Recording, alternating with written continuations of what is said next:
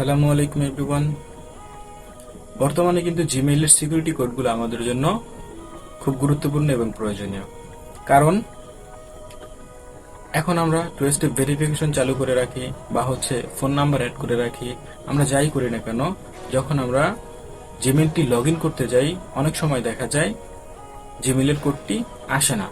আর যখন জিমেইলের কোড আসে না তখন আমরা চাইলেও জিমেইল অ্যাকাউন্টে লগ ইন করতে পারি না। সো দেখা যায় যে এই দীর্ঘদিন যাবৎ ব্যবহার করা জিমেইল অ্যাকাউন্টটি আমরা না চাইলেও হারায় ফেলতে হয়। এটার জন্য আমাদের জিমেইলের সিকিউরিটি কোডগুলো সংরক্ষণ করে রাখা উচিত। দেখা গেল যে কোড আসছে না, আপনি জাস্ট ওইখান থেকে একটি কোড এইখানে বসায় দিলেই খুব সহজেই জিমেইল অ্যাকাউন্টে লগ ইন হয়ে যাবে।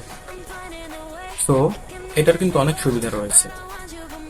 আপনি আপনার আইডিকে যদি রক্ষা করতে চান তাহলে জিমেইলের সিকিউরিটি কোডগুলো সংরক্ষণ করুন।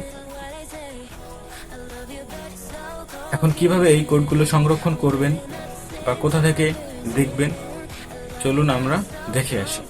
জিমেইলের প্রাইভেসি কোডগুলো দেখার জন্য আমাদের সর্বপ্রথম জিমেইল অ্যাপসে ঢোকা লাগবে।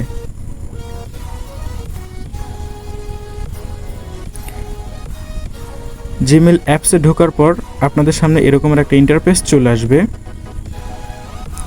এরপরে আপনি ডান সাইডে ওপরে ছবির উপরে একটা ক্লিক করবেন।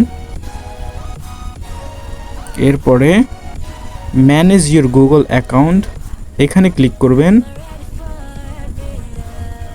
ক্লিক করার পরে আপনাদের সামনে এরকমের একটা ইন্টারফেস চলে আসবে। তারপরে এখান থেকে আমরা সিকিউরিটি অপশনে যাব। এই যে home, personal info, data and privacy, এরপরেই হচ্ছে আমাদের সিকিউরিটি অপশন। তো আমরা এখান থেকে সিকিউরিটি অপশনে ক্লিক করব। সিকিউরিটি অপশনে ক্লিক করার পরে আপনাদের সামনে এরকমের একটা ইন্টারফেস চলে আসবে। তো আমরা একটু স্ক্রল করে নিচে গেলে এখানে দেখতে পারবো যে সিকিউরিটি কোড লেখা আছে। তো আমরা এই সিকিউরিটি কোডের উপরে ক্লিক করব। তো সিকিউরিটি কোডের উপরে ক্লিক করলে আপনাদের সামনে এরকমের একটা ইন্টারফেস চলে আসবে। তো এই হলো আপনাদের সিকিউরিটি কোড, জিমেইলের সিকিউরিটি কোড। তো অনেক সময় দেখা যায় আমাদের জিমেইলটি লগ ইন করার সময় এসএমএসে কোড আসে না, তখন আমাদের এই কোডগুলো খুবই গুরুত্বপূর্ণ হয়ে ওঠে।